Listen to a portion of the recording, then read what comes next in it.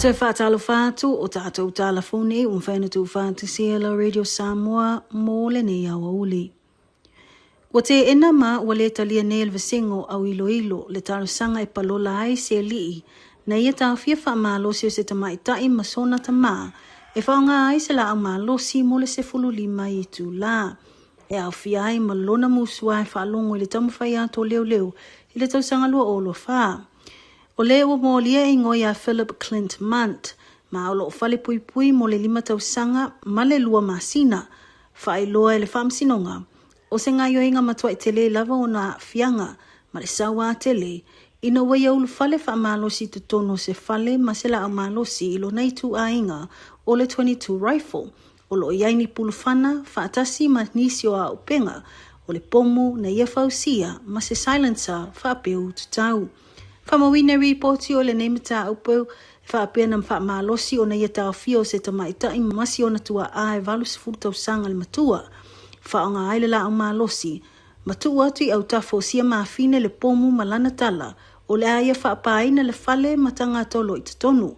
Na whaeloa e lea lii e na o le paule taimeo e se ai ma le fale i tangata o totono pusa oti se i tulou.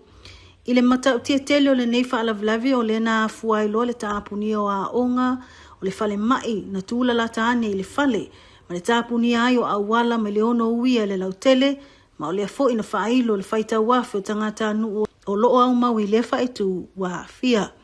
I le whaatautai ai o le whaatalo noanga mo le tārsanga o polola le whalpuipui o Ralston o lea na moli mau manino lava le ali o mant o lona le talia lava o fiso swani na tu ina atu ia te ia whaapele malosi ai o whala au whasaina o le ava malosi ma nisi o mai o le mawhauwhau na mafuai lava o na whaateleina o na fianga ma ngai o inga e peo na ia whaatino ina. Whaapopo le ali o le tele o whaafita auli e peo le mamafa tele o le mawhauwhau i mata upu whaaloto i fale o ia malona ainga ma mata upu whaaletu la fono na tili ai lava o na le sa o lona mawhauwhau a lilifa e whaatino ia ngai o inga. Whailoa sa iai fo e fiso soni, peita e o na le talia lava. Ta awele vasengo ilo po le lau e nafa ma palola o le mata o tia tele o molianga ma mea a mant na whai. Le tanga iai le ilo ino no whanga po le sone e te tau o na leto iai lea lii i le taimi e te tala i tua. Ma a whai a te tala i tua e whautua ina mant e nofo i se isi tu malo po sone e mamau e se mai le sone na tula i mai hele mata upu.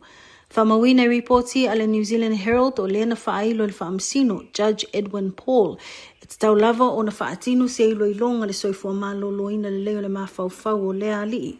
E ilo le iai pe o iai se popolenga i tangata lautele. I le tatala ai o mant mai le whalipuipui, ai mai se lava, ina ua whaalia atu le tamaitai na fia lo na whewhetele, matulanga o le tatala ai o mant i tua.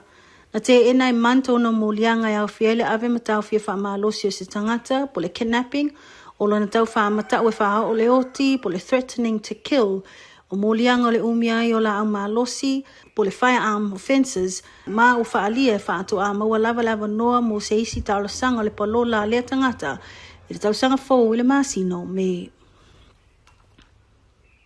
Inisio tala, wa te ena se tina mai Canterbury o na afianga i le maliwai o la na pepe, a whaasolo pea soenga i le mata upu i kala estete. E whama sino sol e umalolo na ola i le tau sanga lua o tasiwha, ina wa afialo na au po lo na ulu. Mai whapea e whailava sina o ngau manu ango sia alo toto. Ta ua na tae le ulu mai wai lava o na sao le toto ilo na whai ai tu lou. Whaalia e ui le maliwai o siata mai titi le iai se ua mōlia. Ai olo iai lava le masaru salonga leo a le o le tina o le pepe, le tamaitai o Storm Turney, na maliwai sia alo toto. O le sao la whaatasi le nā taimi po lana wofa a pōliuli o Tony Farmer na maliwai soul. I le tuina mai ai o moli mau le whaamsinonga le Coroner's Court i Kalai Estete, na whinau ai pēr Stormy Turney e le aisa na afianga i le maliwai o siana tamatane o soul. I le forsia ai o le amata upu le whaamsinonga o le na whaamatala na amata o na vaaya fōlinga mai o sia alo toto le taia o le aso tomse fulo o au kuso. I le mai ai fo i o le pō atoa e le moe le lei, aina o le tangi. Whamatala le tina I le vaenga o pule o maliu po le coroner na ia tuu atu le pepe I lima o lana wō o Tony Farmer. Ai alu I fafo e vili le laina o le au nanga le soifua maloloina le Healthline. Ma ilona toe fo I atu I totono le fale. E le ileva lava ai toe tuu atu e Tony Farmer so liona lima. Ua matua I vai lava. Au ua le iloa fo I se mea. Ma ua fo I le fisilingi ai le whaamsinonga o Storm I le moli maualo na uso. Leana ia whaamtala ai se taimina ia wa ai Storm o ato Soul I lungo le moenga. Aina te ena le tina ia tua inga ma ia whaapea atu. E le ai ma se tūlanga whaapea na ia whaia. Whamawina na amata le masaninga o Storm ma Tony Farmer ma I lungo le tinda. I le whaato a whana wai fo I o Soul ma e whaamatala pe ato a lava le masino no nofo whaatasi I lato nei. Ai tūlai mai loa ma le whaalavi. Ta awe reporti o le aso so o ai ma le tuina mai o le moli mau o le lii o Tony Farmer e tusai ma le nei mata upu. Ua whamaonia mai nei le New Zealand Health o le pasese sai lungo le vaala o pasese po le MV Hondius na maua ile a fio tangata le hantavirus. O se tangata e se ase a lava o na au mau ile atunu. E moni o se tangata citizen o New Zealand e whamawina e tele lava o na malanga e se atu male atunu o mo se taimi umi lava. E reporti taluai sa whamawina ai e na o le toatasi tangata kiwi ai peitai. O le ua maua sa iei fo I se isi tangata New Zealand na alu ese mai le MV Hondius ai whaato a whailo mulmuli ane le whaafita auli o le pepesia I lungo le waalau pasese lea le hantavirus. Ai o le isi tangata kiwi na iai lava I lungo le waa se ia o lava I na taula le Canary Islands o leo whaanofo ese nei I Australia. Ta ua e le whaatono au nango le soifua maloloina lautele po le Director of Public Health o Corinna Gray. O leo whautuaina nei e au nanga o ana paanga mai fafo ina ua maua leo noa awhia I o lea tangata kiwi I le nei wha mai. O lea fo I o whailo le tu ina anto le fisoswani o le ofiso le vai fafo I tūlanga umai ono mo mia I le fisoswani. E to tolu le au pasese na malanga atu I le nei vaa ua maliliu I le hantavirus e au whiai se ulungali I Dutchman po ni tangata nu umai Netherlands ma se tangata nu Siamani. O lo iai pēr se tamai tai wharani I tūlanga tingai na I le whale mai ina o whamaunia lo na a whia le wha mai. I reporti ma le teo whawa maloa New Zealand o lea na whaamawina ai e le au nanga le soifua maloloina o le wha mai o lo pesi nei o loo iai lo na I tu aingo le Andeus strain.